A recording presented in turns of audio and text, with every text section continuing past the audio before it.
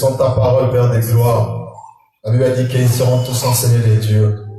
La Bible déclare lorsque la connaissance sera comme le sale, Père des sels, Père des gloires, le sable de la mer, notre océan. Personne n'enseignera l'autre, Jésus. C'est le temps, ô Dieu de gloire, que nous devons être enseignés. C'est le temps où ta parole doit prendre de place pour ta gloire, Jésus. Sanctifie ces moments. Sanctifie tous tes chanteurs dans le nom de Jésus. Amen. Alléluia. Acclamez très fort pour Jésus. Gloire à l'agneau. Gloire à notre Dieu. Amen. Dis shalom, shalom à celui qui est à côté de toi. Saluez-nous les uns les autres. Dis shalom. Dis shalom parce qu'il est Dieu. Amen. Amen. Que Dieu vous bénisse. Nous évoluons. Hier, on avait parlé sur... c'était les mamans. C'était le samedi maman. Chaque samedi de dernière fin d'année, c'était les mamans. Mais nous, les papas, on avait parlé sur le ticket déontologie dans notre coin. Et aujourd'hui, nous sommes toujours dans les critères de la sélection divine. Nous sommes toujours dans les critères de la sélection divine. Nous parlons de la critère de la sélection divine. Alors aujourd'hui, nous entamons ce que nous appelons l'élection. L'élection dans la Bible. Nous voulons parler de l'élection d'après Dieu. Parce que quand on parle de l'élection, nous voulons expliquer un peu le mot élection dans la Bible. Parce que nous avons eu à parler sur l'appel. Parce que dans les critères de la sélection divine, comme on précise, on avait dit que dans les critères de la sélection divine, il y a 3 grands points majeurs qu'on doit parler. C'était la vocation ou l'appel. Et on a fini avec l'appel, la vocation. On a expliqué la vocation d'Abraham, de Moïse, d'Ésaïe, de Jérémie. Et dans la Nouvelle Alliance, on a parlé de Paul et de 12 apôtres. Et aujourd'hui, nous entamons la deuxième phase, c'est l'élection de Dieu. Quand on parle de l'élection, nous voulons voir qu'est-ce que Dieu veut nous expliquer par rapport à l'élection. Et quand on parle de l'élection, ça dit qu'il est fait de choisir. Et comment Dieu fait pour choisir? Et on avait dit que dans la vocation, on dit toute vocation a une fécondité. Mais toute vocation est attachée à une mission. Maintenant, nous voulons expliquer aussi sur l'élection, comment Dieu choisit ces gens. Et quand Dieu choisit ces gens, élu ces gens, il met parce qu'il y a des appelés et il y a des élus de Dieu. Ça dit que dans le monde que nous vivons, il y a des appelés de Dieu et il y a des élus de Dieu. Et la différence qui est entre les appelés et les élus, ça dit que les appelés, ce sont des gens que Dieu a appelés dans la masse. Mais parmi ces gens que Dieu a appelés, comme les 12 tribus d'Israël, comme exemple, facile à comprendre, mais Dieu s'est choisi des tribus, telles que les tribus de Lévi, pour ce qui concerne l'œuvre du ministère ou du sacerdoce. Ça, c'était pour le Lévi. Mais pour la royauté, Dieu avait choisi le Juda. Ça, ce sont les élections. Ça dit que Dieu a appelé tous les 12 tribus d'Israël. Mais parmi ces 12 tribus, Dieu s'est choisi des tribus. Et il les a distribuées des tâches. Juda, c'était la royauté. Lorsque Jacob bénissait les enfants, il dit, dans Genèse 49, il dit, le sceptre ne s'éloignera pas de Juda jusqu'à ce que vienne le Shiloh. Le sceptre, c'est la royauté, le pouvoir, l'autorité qui doit être donnée à Juda. On va essayer d'expliquer bien clairement. Et le sacerdoce, Dieu a donné ça aux Lévi. Les Lévi a eu les sacerdoces. Ça dit que parmi les 12 tribus, Dieu n'avait pas besoin que Lévi puisse participer dans l'héritage des enfants d'Israël. Lévi n'avait pas l'héritage parce que l'Éternel lui-même est son héritage. Un Lévi n'a pas l'héritage dans sa famille. Non. Un Lévi ne participe pas dans l'héritage des familles parce que Dieu est son héritage. Ça, c'est le choix de Dieu, l'élection de Dieu par rapport aux 12 tribus. Alors, quand nous voulons parler un peu de l'élection, cette notion théologique centrale, loin de manifester une sélection divine, dit l'appel à la fois universel et individuel. C'est-à-dire que cette notion de l'élection centrale est manifestée par une sélection divine. À la fois, cela peut être aussi appelé comme à la fois universel et individuel. C'est-à-dire que l'élection peut être universelle ou individuelle. C'est-à-dire que Dieu, dans le cas de Juda, Dieu a choisi toute le tribu de Juda dans la royauté. Mais parmi les tribus de Juda, Dieu a choisi une famille d'Ésaïe. C'est-à-dire que l'élection peut être universelle, mais cela peut aussi être individuel. C'est-à-dire que dans une famille, tribu, Juda, mais dans Juda, Dieu s'est choisi d'une famille d'Ésaïe. Dans la famille d'Ésaïe, il a choisi un fils qu'on appelle David. Amen. C'est-à-dire que Dieu commence par l'universel, toute une tribu, mais dans cette tribu, Dieu s'est choisi une famille d'Ésaïe. Dans les familles d'Ésaïe, Dieu choisit un homme qu'on appelle David. C'est ça l'élection de Dieu. Dieu, son regard est sur David. Dans la famille d'Ésaïe, dans les tribus de Juda. Ça, c'était le choix de Dieu. Dans la Bible, l'expérience de l'élection est celle d'un destin différent. Quand on voit dans la Bible, l'expérience de l'élection est celle d'un destin différent. Quel lien entre l'élection et la grâce? Le contraire de la sélection, elle ne se base pas sur tel ou tel critère. Quand Dieu veut choisir, Dieu ne se base pas sur de tel critère. Non. Dieu ne regarde pas que cet homme est intelligent, il est beau, il est géant. Non. Lorsque Dieu a voulu choisir David, Dieu n'a pas regardé l'apparence de David. Dieu n'a pas regardé le taille de David. C'est-à-dire que l'élection de Dieu ne se base pas sur les sélections des critères. Non, comme lui il est l'aîné, c'est lui qui doit être à la tête. Non, Dieu ne regarde pas comme ça. Dans une famille, si Dieu veut élire quelqu'un ou choisir quelqu'un, Dieu ne regarde pas parce que lui il est l'aîné de la famille, il est le plus intelligent, il est le plus beau de la famille, et c'est lui qui doit être ainsi. Non, Dieu, son élection n'est pas comme ça. Mais Dieu, il fait sacrifier la façon dont il pense choisir. Comment Dieu choisit-il le genre dans son élection? Comment Dieu le fait? Comme on avait expliqué dans la vocation, Dieu dit à Jérémie, depuis que tu étais dans le sein de ta mère, je t'avais déjà choisi, je t'avais consacré prophète des nations. Donc Dieu nous élit avant même qu'on soit dans les ventres de notre mère. David a dit, quand j'étais immense et fort mais vide, tes yeux me regardaient. Et les jours qui me sont destinés sont écrits devant ta face.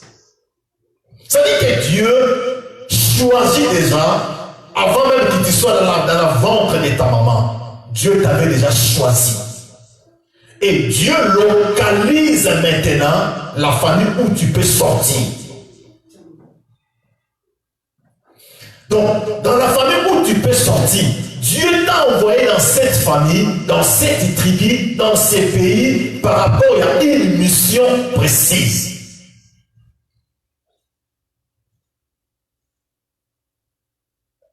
Donc, dans toutes les familles, Dieu choisit un homme. Avant même que cette femme-là soit grosse, Dieu l'avait déjà préparé son Élie.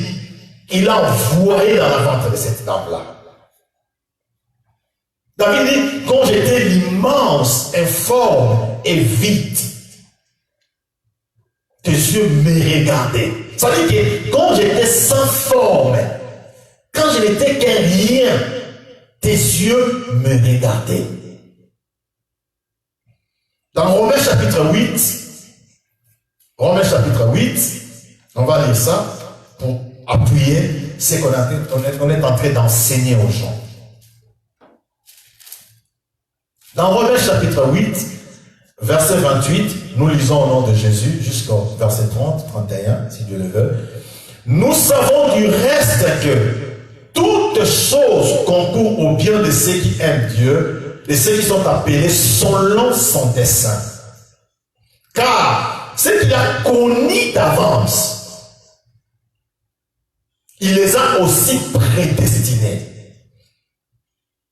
à être semblables à l'image de son Fils, afin que son Fils soit le premier-né de beaucoup de frères. Et ceux qu'il a prédestinés, il les a aussi appelés. Et ceux qui les a appelés, il les a aussi justifiés. Ceux qu'il a justifiés, il les a aussi glorifiés. Donc la Bible dit, c'est que Dieu a connu d'avance. Et quand tu es un élu de Dieu, et tu prends ta vie à la légère, aussi longtemps que tu ne comprends pas que toi tu es un élu de Dieu, quelqu'un que Dieu a choisi pour bouleverser les données en cette famille, pour bouleverser dans ces pays, pour bouleverser dans le monde. Si un élu ne comprend pas qu'il est un élu de Dieu, un choisi de Dieu, il mène sa vie de ces manières, qu'est-ce qui va arriver dans la vie de cet élu? C'est le cas de Jonas. Dieu l'avait choisi pour ramener la repentance des Ninive. Mais lui, il a fui à Tarsis. Le tourbillon, le vent, l'a poursuivi. Ça veut dire que ce que Dieu a connu d'avance, ça veut dire qu'avant même que ta mère soit grosse, Dieu t'avait déjà connu. Dans les connus, Dieu t'avait déjà connu. Donc ça veut dire que l'homme n'est pas l'objet d'un hasard. L'homme, c'est le plan même de Dieu. L'homme, c'est l'agenda de Dieu.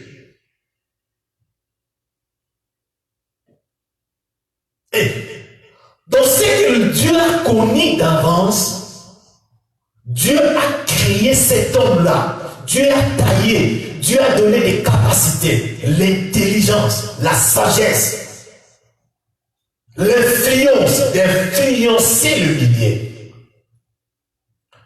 S'il y a un élu parmi les appelés, le leader aura comme ce qu'on appelle le leadership. Un leader influence les autres par sa mode de vie, par sa façon. C'est ce qui est différent entre les appelés et les élus. Si un élu s'élève quelque part, c'est comme un prophète qui s'élève, la colonne de feu va briller là où il est. Parce qu'il a le mandat de Dieu. Dieu l'a connu d'avance. Ça veut dire que Dieu nous envoie dans des coins, ce n'est pas un fait d'hasard. C'est que Dieu nous avait déjà connus d'avance. Lorsqu'il y a carence quelque part, Dieu envoie un élu de Dieu, pas un appelé, mais un élu de Dieu. Quand un élu vient quelque part, il commence quelque chose, il y aura toujours la différence. Pourquoi? Parce que Dieu l'a connu d'avance. Dieu l'avait préparé d'avance. Mais dans la foule des appelés, ils vont tous être conformes au style de vie, aux manières de vie. Mais quand un élu est là, ça veut dire qu'il vient avec une nouvelle image. Il vient avec une nouvelle reflet des choses. Un élu ne force pas sa vie parce que c'est un plan de Dieu. Et la Bible dit que tout ce que David faisait, il réussissait. Pourquoi? Parce que l'Éternel le soutenait. Saoul était qui? Saoul était un appelé, mais n'était pas un élu. Mais lorsque un élu est venu en Israël, la colonne de feu s'est élevée devant David. Même Goliath est tombé. Quand un élu s'élève, que ce soit le montagne, que ce soit le Goliath, ils vont tomber. Parce qu'un Élie de Dieu a le plan de Dieu, a une stratégie de Dieu, a un mandat de Dieu. Lorsque Goliath s'est élevé pour insulter Israël, David s'est dit comment cet homme incirconcis peut insulter le Dieu saint.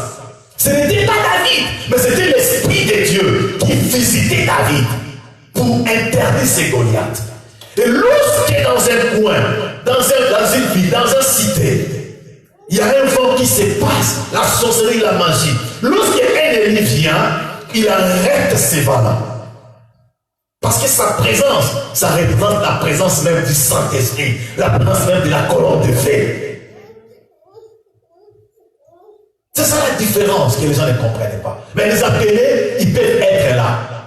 Dieu peut les utiliser. Mais quand Dieu élève un Élie, vous verrez la différence. La Bible dit, vous verrez la différence entre ceux qui servent Dieu et ceux qui ne le servent pas. Mais ce n'est pas tout le monde. Mais quand un Élie sert Dieu dans un milieu, vous allez voir le message que Dieu va donner. C'est le message que Dieu lui-même parle à son peuple pour ramener les cœurs des enfants à leur père. C'est comme dans les temps de Jérémie. Quand Jérémie a commencé son ministère prophétique, il y avait Sophonie, il y avait Habakkuk. Mais quand Jérémie est venu, son message était tellement perçant. Pourquoi? Parce qu'il était un Élie de Dieu depuis le ventre de sa mère. Mais il y avait aussi des prophètes.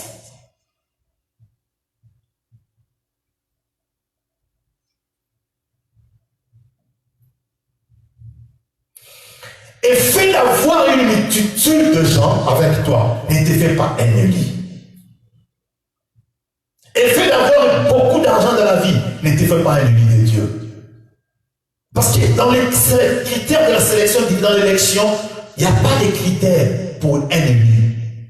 Non. Et Dieu dit, ce qu'il a connu d'avance, il les a prédestinés. Ça veut dire que quand Dieu est prédestiné, Dieu fait quelque chose en avance, avant le destin. Dieu prépare quelque chose en avance. D'abord, premièrement, Dieu commence par connaître, identifier, avant le ventre de sa mère. Dieu l'a connu. Il les a prédestinés. Ça veut dire qu'il a préparé d'avance. Un Élie, c'est quelqu'un que Dieu a préparé et formé en avance. Qu'est-ce qui fait que la vie des Élis sont toujours bouleversantes, ballottantes? Pourquoi? Parce qu'un élu, le diable combat toujours un Élie. Le diable cherche toujours à étouffer la grâce qui est dans un Élie. Et Luc dit ceci dans Luc 6, il dit, malheur lorsque tous les hommes diront du bien de vous. Et le diable va s'élever devant ses agents pour rapporter des mauvais propos par rapport à Élie, pour étouffer les plans de Dieu de s'accomplir. Mais un Élie doit comprendre qu'un Élie n'a pas le soutien des hommes. Il est comme un lévite. Un Élie n'a pas l'héritage des hommes. Non. Si tu vois un homme de Dieu, un enfant de Dieu, a toujours soutien de sa famille pour servir Dieu, tout ça de sa maman pour servir Dieu, il n'est pas un élu, c'est un appelé de Dieu. Tous les prophètes qui ont passé, même David n'a pas eu le soutien de son père pour affronter Goliath. Il est allé chercher l'Éternel.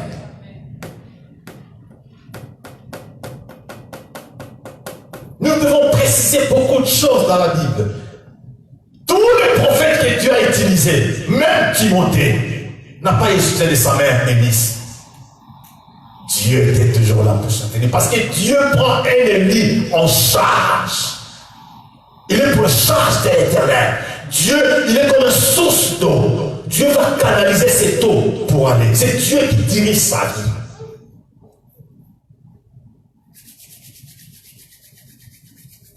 Moi, venir en Amérique, un Élie de Dieu n'a pas à avoir les papiers. 9 ans.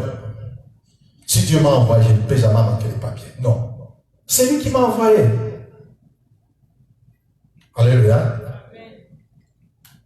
Vous allez voir les différences. Comment Dieu marche avec son peuple. Ça dit qu'un Élie de Dieu Dieu l'a connu d'avance. Toi, je t'avais connu avant que tu sois dans le monde. Voici comment ta vie sera. Pour le mariage, pour sa vie, pour tout. Voilà comment il doit marcher un élu de Dieu. Un élu de Dieu ne t'attend pas dans la vie. Quand tu vois quelqu'un t'attendre dans sa vie, aller à gauche, aller à droite, non, il n'a pas le mandat de Dieu. Parce que Dieu, c'est un Dieu de précision. Le Dieu que nous servons, c'est un Dieu de précision. Quand Dieu te dit que ton temps maintenant est accompli, il n'y aura pas d'erreur, il n'y aura pas de tâtonnement. C'est ainsi dit l'Éternel. Amen et Amen, c'est tout. Donc, un Élie marche avec la précision dans sa vie. C'est-à-dire que Dieu a un calendrier préparé pour cet Élie de Dieu. Toi qui me suis de loin. Dieu va commencer à te dire que tu as passé 2 ans de souffrance. Mais les 2 ans autres, là, c'est les 2 ans de bonheur. Lorsque Élie était élevé en Égypte, pendant les temps où Dieu voulait frapper l'Égypte, à cause d'un seul juste, l'Égypte a été épargnée. C'était Joseph. Dieu parla à Pharaon, qui était le circoncis. Mais il devait avoir l'interprétation d'un Élie de Dieu, qui était Joseph. Et quand Joseph s'est élevé devant Pharaon, et la Bible dit que Joseph a dit à Pharaon, donnez-moi le son, je vais interpréter. Il dit, pam, pam, pam. Il dit, non, il y a un second. Voilà comment Dieu marche avec les Élis, avec la précision. Quand tu donnes un Élie doit savoir qu'il y a le deuxième qui viendra. Il dit, donnez-moi le second. Et Joseph dit ceci, voilà comment un Élie peut sauver toute une nation. Un Élie, à cause d'un seul juste, il peut sauver toute une nation. Quand Dieu est apparu à Abraham pour détruire Sodome et Gomorrhe, et la Bible déclare, Dieu dit à Abraham, s'il y a seulement 5 justes à Sodome, je vais épargner. Il n'y a pas eu un 5 justes. Nous allons expliquer les élections maintenant. Et la Bible déclare que, à cause de Joseph, Dieu a épargné 7 ans de sécheresse, l'Égypte. Mais qu'est-ce qui était arrivé dans la vie de Joseph? Ses frères l'ont vendu. Pourquoi ils l'ont vendu? Ils l'ont vendu pour accomplir le plan de Dieu. Alléluia. Donc ça dit qu'un élu marche avec le plan de Dieu. Vous allez voir un élu comme Joseph. Qu'est-ce qui se faisait? Élu de Dieu auprès, dans la famille de Jacob, sa mère était d'abord stérile. Rachel. Voilà comment Dieu prépare pour les Élis. Et Joseph est sorti, la Bible déclare son père aimait Joseph. Pourquoi? Parce que Joseph avait quelque chose de l'élection de Dieu en lui. Il était choisi par Dieu. C'était pas Joseph, Jacob, mais c'était le cœur de Dieu attaché au cœur de Jacob, à l'alliance d'Abraham, qui faisait qu'il puisse aimer Joseph. Et Joseph était le fils de son père. Quand Dieu choisit un élu, qu'est-ce que Dieu fait? Il le met à côté de l'homme pour le former. C'est ça là. Dieu commence à le prédestiner, à le préparer.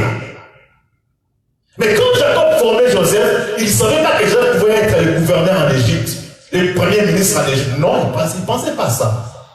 Il a instruit la loi d'Abraham. Il a instruit la sagesse d'Abraham à Joseph. Quand il est parti en Égypte, à cause de Joseph, que Dieu a donné des songes à un des circoncis. Voici comment un élu de Dieu peut changer les données, même dans une terre étrangère. À cause de l'excellence de la grâce qu'il a. Et la Bible déclare que Pharaon rêva d'une songe dont les magiciens n'étaient pas interprétés. Parce que cette songe-là, c'est un message qui venait de Dieu. C'était un message dans le plan de Dieu pour élever un Élie de Dieu qui était en prison. Bien aimé, ils peuvent même te mettre en prison. Ils peuvent te condamner, te torturer aujourd'hui. Mais à cause de l'onction de Dieu qui est en toi, de la grâce de Dieu qui est en toi, cette grâce peut sauver ces gens qui t'ont condamné. Et ils seront inférieurs à toi. C'est pour cela qu'on nous condamne chaque jour. Ce n'est pas à cause de ce que nous sommes, mais à cause de ce que nous avons. Parce que l'Esprit de Dieu qui est en nous dérange même les démons de tout ce qui nous entoure. Et la Bible déclare, Joseph a dit, il y a 7 ans de souffrance, il y a 7 ans de bonheur. Que personne ne pouvait comprendre ces mystères. Et Pharaon dit, est-ce qu'on peut trouver un homme de telle sagesse? Il appela Sophna Panéa, celui qui découvre les choses cachées. Un Élie doit découvrir les choses cachées. Mais comment? Un Élie, lorsque sa vie est basée à la recherche de la face de l'Éternel. Un Élie ne se plaît pas aux gens, mais un Élie a toujours recours à Dieu. Un Élie ne se plaît pas chaque jour, ne s'inquiète pas de ce qu'il voit, mais un Élie cherche toujours la face de Dieu. Parce qu'un Élie sait que ma vie appartient à Dieu. Un Élie sait que je ne dépends pas des gens. Maudit l'homme qui se confie dans l'homme. Un Élie sait qu'il se confie toujours à Dieu. Moi, je recours toujours à l'Éternel. Voilà le langage d'un Élie de Dieu. Que ce soit les tempêtes, que ce soit les saisons, ma vie comme un arbre planté auprès d'eau, auprès d'une source d'eau, je ne dépends pas des saisons. Parce que mon Rédempteur est vivant, il s'élèvera toujours les derniers. Le langage d'un Élie sont des langages différents par rapport à tout le monde. La vie d'un Élie est différente par rapport à tout le monde. Quand tu es l'Élie de Dieu, tout ce que tu fais doit impressionner les gens. La vie de David, Goliath, Joseph, tout ça c'est le signe d'un Élie de Dieu. Il y a même des rois qui s'agenouillent devant un Élie de Dieu, le président. Pourquoi? Parce qu'il représente Dieu en personne.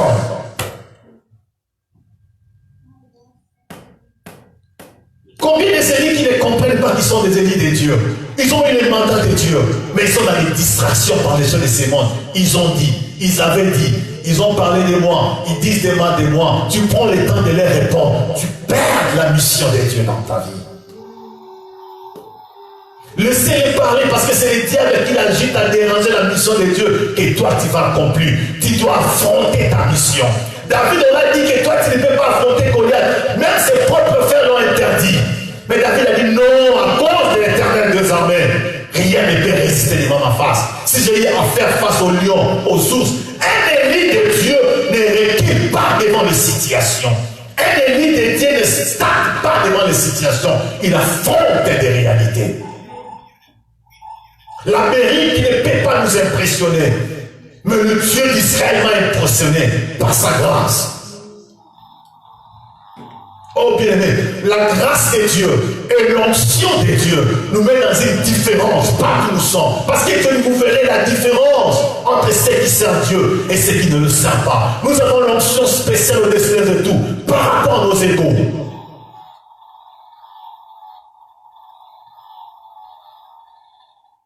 Si les portes sont fermées pour les autres, mais quand tu es l'Élie de Dieu, Dieu ouvrira des portes pour toi. Et on prie Joseph pour le mettre dans la maison de Potiphar. La Bible déclare, Potiphar allait mentir, il avait quelque chose en lui, dans sa main. Un Élie a quelque chose dans sa main, parce qu'il est gravé dans la main de l'Éternel. Et chaque fois que Dieu lève sa main pour regarder, il voit un Élie de Dieu. Même si Élie tombe 7 fois, Dieu le relèvera 7 fois.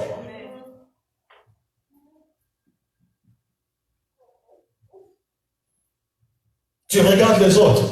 Non, tu ne vas jamais avancer dans ta vie. Tu regardes ton père et ta mère, tu n'avanceras jamais de ta vie. Parce que tu seras comme une dirigeant de ta propre maison. C'est Jésus qui l'a dit. Lorsque Pierre a voulu empêcher à Jésus accomplir l'œuvre de la rédemption, Jésus dit, arrière de moi, Satan. Bien-aimé, tout ce qui t'empêche à évoluer avec Dieu, il faut les interdire.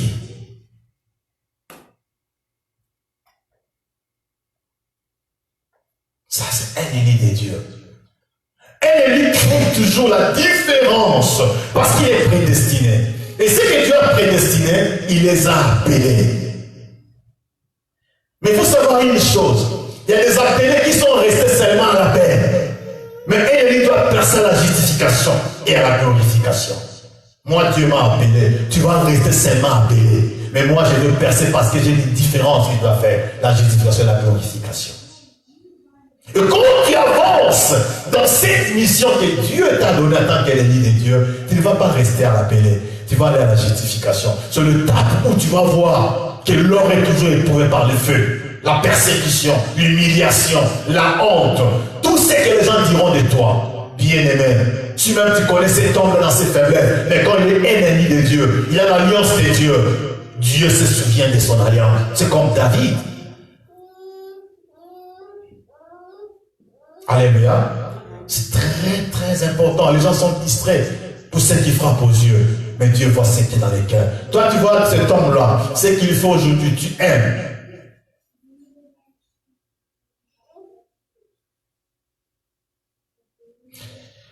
Comment puis-je savoir si je suis aimé? Remarquons tout d'abord que la parole de Dieu ne parle jamais de l'élection aux incrédules.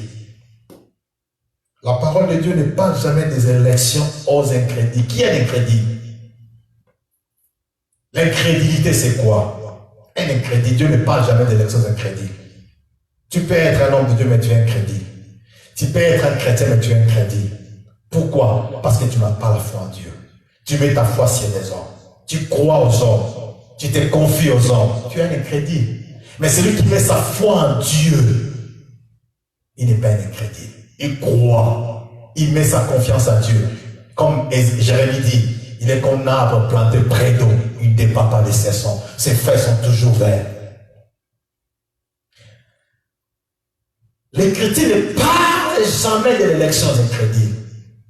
Les chrétiens présentent aux inconvertis leur état de perdition et de jugement de Dieu. Mais aussi l'appel de Dieu à la repentance et celle en plaçant devant eux le Seigneur Jésus et son aide. Afin qu'ils viennent à croire lorsqu'ils sont convertis, croire au Seigneur Jésus, il leur est dit qu'ils sont élus. Quand tu vois un incrédule, ne pense pas qu'il peut être élu par Dieu. L'élection n'est pas pour les incrédules, pour les inconvertis. L'élection est pour les gens qui croient à ces dieux-là. Est-ce que vous savez que même la foi, c'est un don que Dieu donne? C'est la grâce que Dieu donne aux gens. La foi en Dieu. Avoir la foi en Dieu, ce n'est pas quelque chose de hasard. Si quelqu'un a la foi, il a même ces dons-là de la foi. La grâce même de la foi. Alléluia. La foi, c'est un don que Dieu donne aux gens. Don de la foi. Il vient devant ma Seigneur, au nom de Jésus, tu vas guérir. Il a la foi. Il sait qu'il n'y a rien, mais au nom de Jésus, tu vas guérir. Ça, c'est un don que Dieu donne. Mais suivons maintenant un élu. Je vais expliquer maintenant comment savoir que je suis élu de Dieu. D'abord, premièrement, la foi en Dieu. Un élu de Dieu a toujours la foi en Dieu. Les médecins disent que toi, tu vas mourir. Il dit non, jamais. Ça, c'est vous qui dites. Mais je crois, je ne mourrai jamais, je vivrai. Un élu de Dieu, celui qui est élu par des dieux, défie même les situations du monde, les atmosphères du monde, il les défie même. Pourquoi? Parce qu'il a mis sa foi en Dieu, un élu de Dieu. Toi, tu as telle maladie, non, ça, c'est pas moi, c'est vous. Toi, tu ne réussiras pas, moi, je réussirai. Toi, tu ne te marieras pas. Non, toi, tu n'auras pas d'enfant. Ça, c'est vous qui le dites. Dieu dit que j'aurai des enfants. Un élu de Dieu doit avoir la connaissance de la parole de Dieu. Comment tu peux croire en un Dieu si tu ne connais pas le langage de Dieu, la façon dont Dieu voit les choses?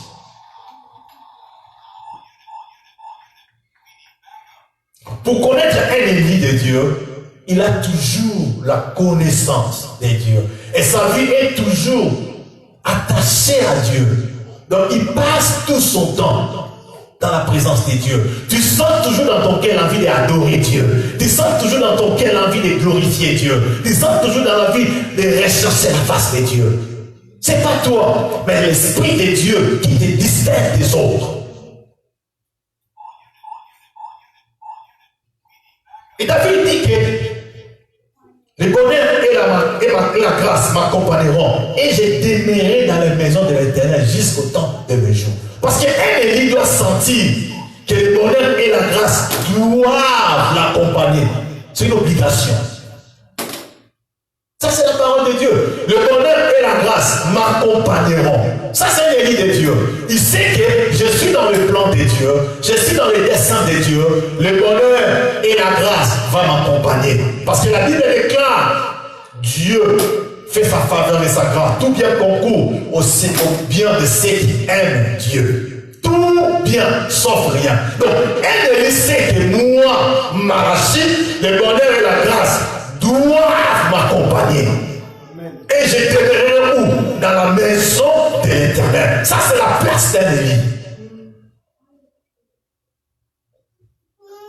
Ça, c'est un Élie. Il est différent des autres, comme on l'a dit. Il n'est pas comme un appelé. Tu peux être un homme puissant, tout mais tu es un appelé de Dieu. Mais un Élie sait que moi, le bonheur et la grâce m'accompagneront. Tous les jours de ma vie. Moi, je ne mourrai pas, je vivrai et je rencontrerai les œuvres merveilleuses de l'Éternel. Un élu de Dieu a toujours des témoignages à donner partout où il est. Sa vie même reflète des témoignages. C'est ça ce qui fait nous, la différence avec les autres. Pourquoi ils te combattent? Pourquoi ils prennent le temps de te critiquer?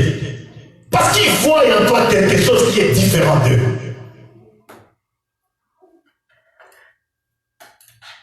Pourquoi tu perds ton temps dans les choses inutiles si tu sais que tu es un élu de Dieu?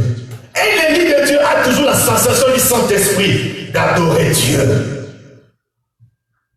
Il sent son cœur toujours. Lorsqu'il est dans sa voiture, dans sa maison, lorsqu'il s'y travaille, lorsqu'il fait tout, les anges de Dieu l'accompagnent toujours à glorifier le nom de Dieu, partout où il est. Ça ne veut pas dire qu'un élu de Dieu peut manquer l'argent. Il peut manquer l'argent, mais l'Éternel la pourvoira. Yahweh, il pourvoira toujours. Un Dieu ne laissera pas. David dit que j'ai été jeune, je vieillis. Je n'ai jamais fait un juste abandonné, ni sa postérité mendiant de pain. Il voulait dire qu'un élu de Dieu abandonné. Dieu n'abandonne pas ses élus. Lorsqu'on a amené Jésus pour le crucifier, les apôtres de Jésus ont fui Jésus. Mais comme c'est un élu de Dieu, un choisi de Dieu, Dieu a cité Simon de Cyrénée, un jeune d'Arimathée, pour ensevelir le corps de Jésus. Voilà la vie d'un élu de Dieu. Même si tu n'as pas de parents aux États-Unis, mais ta vie t'ira toujours bien parce que Dieu est ton parent.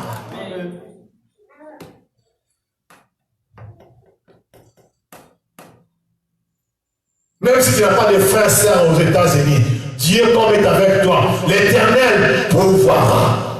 Ça c'est un élu de Dieu, il est différent. La souffrance d'un élu avec la souffrance d'un appelé sont différents. Un élu peut souffrir 99 jours, mais le 100e jour n'arrivera jamais. Un élu peut manquer 99 jours, le 100e jour ne viendra jamais.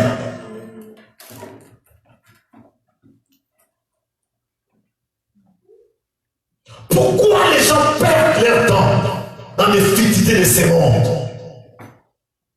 Oh bien-aimé, si tu comprends que Dieu t'avait connu d'avance, la taille que tu as, le cheveu que tu as, la teinture que tu as, la peau que tu as, c'est la grâce de Dieu que Dieu t'a créé. Pourquoi? C'est par rapport à la mission.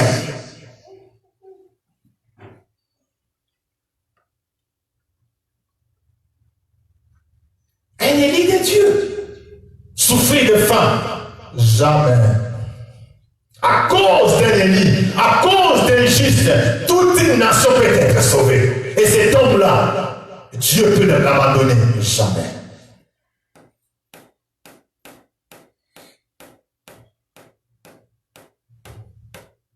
Un élu de Dieu, manquer à s'habiller, à manger, ça c'est pas un élu de Dieu. Il va entrer dans les garde-robes, il commence avec qu'est-ce que je vais prendre aujourd'hui lorsque son temps est arrivé. Parce qu'il y a un temps pour un élu. Ça, on doit parler. Ça veut dire qu'il faut savoir que dans la vie d'un élu, il y a un temps. Il y a un temps de préparation. Il y a un temps de souffrance. Il y a un temps de brisement pour un élu. Il y a un temps de persécution pour un élu. Mais Dieu est toujours là pour protéger un élu. Dieu peut humilier son élu. C'est juste pour l'élever un jour. Le même gens qui se sont moqués de lui pendant les temps de la préparation, persécution, souffrance, humiliation, ce même gens, bien aimé, on ne combat jamais un élu de Dieu. Quand tu combats un élu de Dieu, tu as un problème sérieux dans la vie. David dit, on ne touche pas à un élu de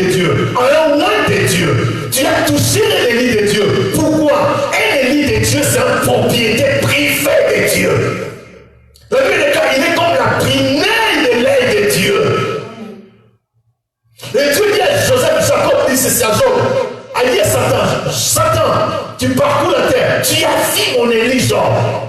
Tu peux tout toucher, mais pas son esprit. Et combien de gens ont touché l'esprit des Élis de Dieu, et Dieu les a maudits leur vie. Même ta peau ne s'embellira jamais, parce que c'est la malédiction qui est frappée dans ta vie. Bien aimé, quand Dieu t'a choisi, on ne touche pas à la vie d'un Élie. Dans le stade de montée d'un Élie, dans le escalier de la vie d'un Élie, il arrivera un moment où il ne va rien acheter dans sa vie. Tout viendra. Et tout ce qu'il a fait pendant le temps de la préparation, le sacrifice, les bonnes œuvres, les activités, l'assistance aux gens, il va les récolter au centuple. Ça viendra dans sa vie. Le bienfait que tu fais aujourd'hui, ne pense pas que c'est perdu. Quand tu es élu de le bienfait va parler devant Dieu. Parce que tu es un ange qui parle à Dieu. Souviens-toi de moi. Et je vais dire au Saint-Esprit, souviens-toi de moi quand tu seras devant Pharaon. Mais l'homme oublie toujours ce qu'on a fait. Mais Dieu n'oublie jamais. Bien aimé, quand tu es l'élu de Dieu, ton nom est écrit dans les livres des souvenirs de Dieu. Pourquoi je vais toujours aider les gens? Quand il y a 10 000, quand il y a 20 000 $, mais tous les gens pensent là. Quand tu es l'élu de Dieu, qu'est-ce qui se passe dans ta vie? Tu as toujours la sensation d'aider les gens, de donner aux gens, sans contrôle, sans désir. C'est l'esprit de Dieu qui te pousse à s'aimer. Tu vas récolter là où tu n'as même pas planté. Ne pense pas que ce sont ces gens que Dieu est en train de s'aimer. Non, Dieu va te payer notre mieux. Alléluia. Bien aimé, moi je ne m'éteindrai jamais à faire du bien. Je ne cesserai jamais à prier pour les gens. Je ne cesserai, comme Isaïe dit, pour l'amour de Sion, je ne me tairai point, jusqu'à ce que vienne le Shiloh. Quand tu es l'élu de Dieu, tu ne te tairas point. Ils formeront des complots contre toi, mais ils savent pas qu'ils ont affaire à un Dieu vivant, car celui qui touche la prière de Dieu. Parce que tu es un homme spécial pour Dieu. C'est pour cela que Dieu dit que notre corps est le temple du Saint-Esprit. Pourquoi, comme Joseph a dit, comment pécherai-je contre mon Dieu? Moi qui suis l'élu, j'ai le dépôt de Dieu en moi. J'ai la présence de Dieu dans ma vie. La présence de Dieu peut changer les montagnes. La présence de Dieu peut faire tout ce qu'il est le Goliath. La présence de Dieu dans ma vie, même le mort ressuscite. Comment? Et quand tu es l'élu de Dieu, tu dois savoir quelle est ton identité. C'est ça ce qui manque aux chrétiens. Ils ne connaissent pas leur identité. Moi, je suis un enfant des pasteurs. Automatiquement, un pasteur. Qui t'a dit cela? Tu peux adorer Dieu. Et Dieu se manifeste puissamment. Les gens sont guéris, sont délivrés. C'est la mission que Dieu t'a accordée.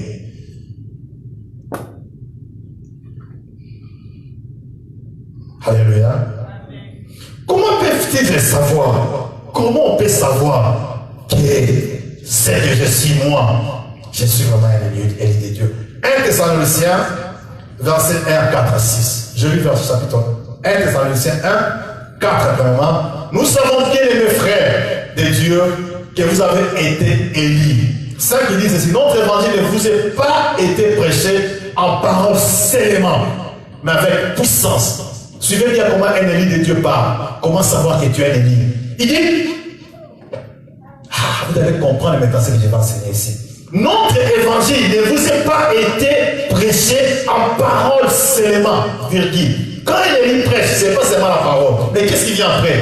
Mais avec la puissance, avec l'Esprit Saint et avec une pleine persuasion, car vous n'ignorez pas que nous sommes montrés ainsi parmi vous à cause de vous. Et si dit ceci, et vous-même, vous avez été mes imitateurs, et c'est du Seigneur, en recevant la parole du milieu de beaucoup d'affliction, avec la joie du Saint-Esprit.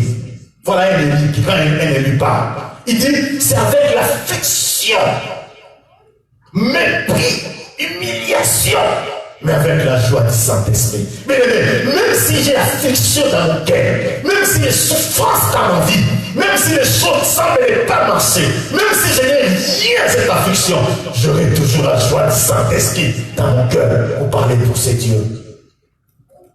Parce que nous sommes les Élis de Dieu. Un Élie de Dieu, quand même tu le tortures, il pleure dans sa chambre. Mais il aime toujours les gens. Le Saint-Esprit va conseiller toujours son cœur. Ton temps viendra. Oh bien-aimé, est-ce que c'est un fait d'hasard que nous sommes choisis par Dieu? Non! Est-ce que c'est un fait d'hasard que nous souffrons pendant un temps? Non! Mais le Saint-Esprit met toujours la joie dans nos cœurs. Quand tu es affaibli, quand tu es fatigué, quand tu rien ne marche dans ta vie, quand tu es l'Élie de Dieu, garde toujours confiance dans la joie du Saint-Esprit. Même si Dieu te parle de toi, même s'il cherche ton malheur, garde toujours silence.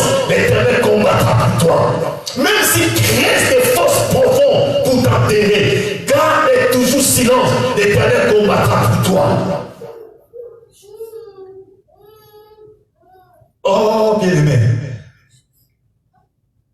Si tu te sens réellement que toi, tu es l'ennemi de Dieu, pourquoi perdre ton temps dans des futilités, dans des choses inutiles de ce monde? Pourquoi?